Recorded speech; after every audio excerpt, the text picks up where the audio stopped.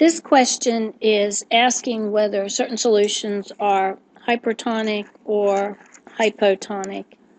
And what you might want to consider is that you have a solution that is one of these particular solutions, and inside that you have a red blood cell or some sort of cell. And normally we're basing them on red blood cells. And an isotonic solution to red blood cells has a total molarity of particles of 0.28 molar. So if you're looking at the molarity, and we're just looking at number of particles, we're not looking at what those particles are and what those particular particles themselves might do to the red blood cells, but just to the number of particles. You need to turn each of those into particles. You should realize that the first and the third one are electrolytes.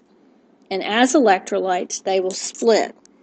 Calcium chloride will have 3 particles for every calcium chloride. We'll have a calcium plus 2 ion and 2 chloride minus 1 ions. And 3 times 0.14 is 0.42.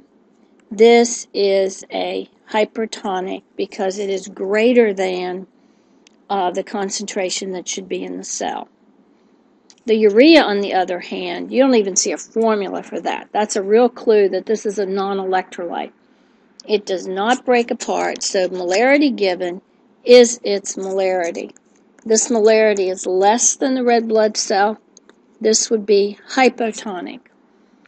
And finally, the sodium bromide. We're going to get 2 ions for every sodium bromide, and this will make this 0.28 molar, and this is our isotonic solution. If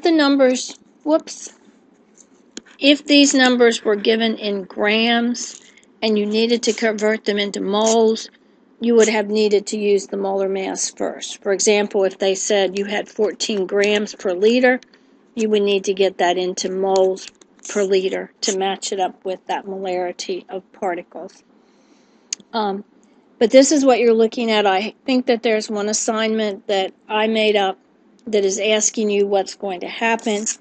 If this solution is hypertonic, then water will come out of the cell to try to dilute it. If, on the other hand, the solution is hypotonic, water will be going into the cell.